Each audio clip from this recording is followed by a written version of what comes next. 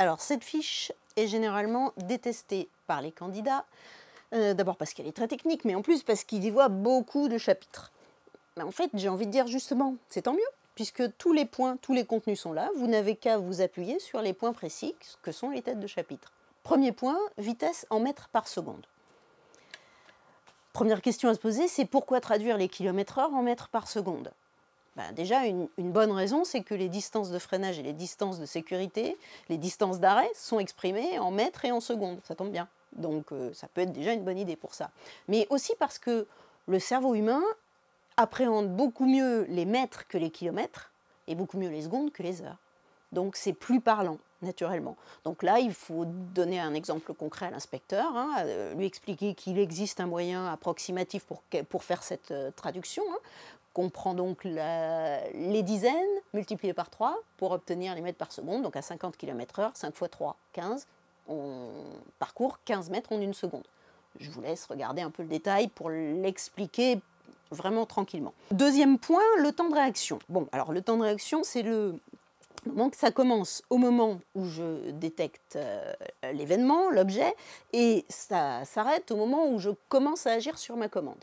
Très bien, une fois que vous l'avez défini, dire que il est inévitable, ce temps de réaction, tous les êtres humains vont l'avoir, et que dans les conditions idéales, enfin optimales, il serait aux alentours d'une seconde. Le problème, c'est que pendant cette seconde, le véhicule, il continue de rouler. Et comme justement on vient de traduire les mètres par seconde, ça vous permet de savoir combien de mètres je vais parcourir pendant mon temps de réaction.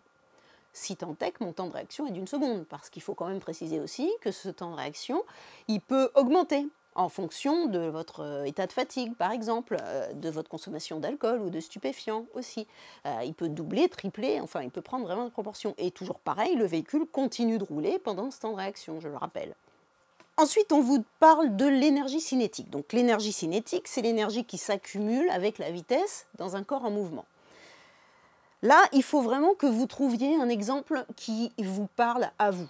Et il y en a plein des exemples possibles. N'hésitez pas à demander à votre formateur de vous en donner, ou parlez-en en tout cas à l'auto-école, échangez avec les autres élèves s'il faut, mais il faut que vous ayez quelque chose qui soit parlant pour vous, pour bien décrire l'énergie cinétique, parce que c'est très important.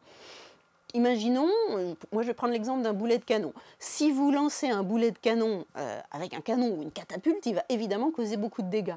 Si vous prenez ce même boulet de canon et que vous le lancez à la main, vous allez donc lui imprimer une toute petite vitesse. Là, évidemment, au moment de l'impact, il va causer beaucoup moins de dégâts que s'il avait été lancé avec un canon. C'est important de dire aussi que cette énergie cinétique, elle se libère au freinage, elle se dissipe tranquillement au freinage dans les conditions optimales. Mais s'il n'y a pas de freinage et que c'est un impact, à ce moment-là, l'énergie va se libérer d'un seul coup lors de l'impact. Et c'est là que ça peut faire très mal. D'autant plus qu'elle est proportionnelle au carré de la vitesse. Alors ça, c'est vraiment la phrase magique que vous allez trouver dans cette fiche et dans la fiche suivante aussi, et qu'il faut que vous compreniez. Toutes les forces physiques sont proportionnelles au carré de la vitesse. Ça veut dire quoi? Ça veut dire que, pour revenir à l'énergie cinétique, si je double ma vitesse, l'énergie cinétique ne sera pas multipliée par 2, mais multipliée par 4, c'est-à-dire 2 au carré, proportionnelle au carré de la vitesse. Si je triple ma vitesse, l'énergie cinétique sera multipliée par 9, 3 au carré. D'accord? Ça, c'est important. Vous pouvez aussi dire que les énergies cinétiques s'additionnent en cas de choc entre deux corps en mouvement et que du coup le corps le plus léger va subir plus de dégâts que le corps le plus lourd. Donc en moto sur la route, on est quand même un petit peu souvent le plus léger. Si vous avez dit tout ça sur l'énergie cinétique, c'est bien. La distance de freinage maintenant. La distance de freinage, il faut la définir là aussi. Donc elle commence quand? Elle commence à partir du moment où je commence à freiner, d'accord? Donc après le temps de réaction. Et elle va s'arrêter au moment où mon véhicule s'arrête. Elle va dépendre de plusieurs paramètres, cette distance de freinage. Elle va dépendre du revêtement au sol, elle va dépendre de l'adhérence, des conditions d'adhérence ou de la qualité par exemple de mes gommes. Elle va dépendre de l'humidité qu'il peut y avoir sur la chaussée, elle va dépendre de la vitesse aussi, elle va dépendre du poids, de la qualité du dispositif de freinage, vos plaquettes et vos freins. Elle va dépendre aussi, je dirais, de la qualité du freinage lui-même, puisque vous savez, vous avez vu en formation que le freinage, il est lié aussi aux compétences de la personne qui conduit la moto. Donc plein de paramètres vont faire varier cette distance de freinage. Le point suivant, c'est les distances d'arrêt et la vitesse. Donc là, bien faire la différence entre la distance d'arrêt et la distance de freinage. La distance d'arrêt, elle commence au début du temps de réaction, c'est-à-dire qu'elle inclut le temps de réaction et la distance de freinage. Elle va varier a priori en fonction des mêmes paramètres que la distance de freinage, puisqu'elle est inclue à l'intérieur, mais elle va aussi varier en fonction de la longueur du temps de réaction du conducteur. Ce qu'on peut dire aussi sur la distance d'arrêt, c'est qu'il existe un moyen de la calculer approximativement pour visualiser, anticiper ce qui peut se passer sur la route. Donc là aussi, vous prenez un petit exemple, on prend les dizaines, on les multiplie par elles-mêmes, sur sol sec, puisque c'est un peu différent sur sol mouillé, je vous laisse vous référer à votre brochure. Donc à 50 km/h, distance d'arrêt, 5 x 5, 25 mètres. Le dernier point concernant le freinage et le dérapage, vous pouvez parler en ce qui concerne le freinage des réactions de la moto au freinage, vous l'avez vu sur le plateau en formation puisque vous avez fait des freinages d'urgence.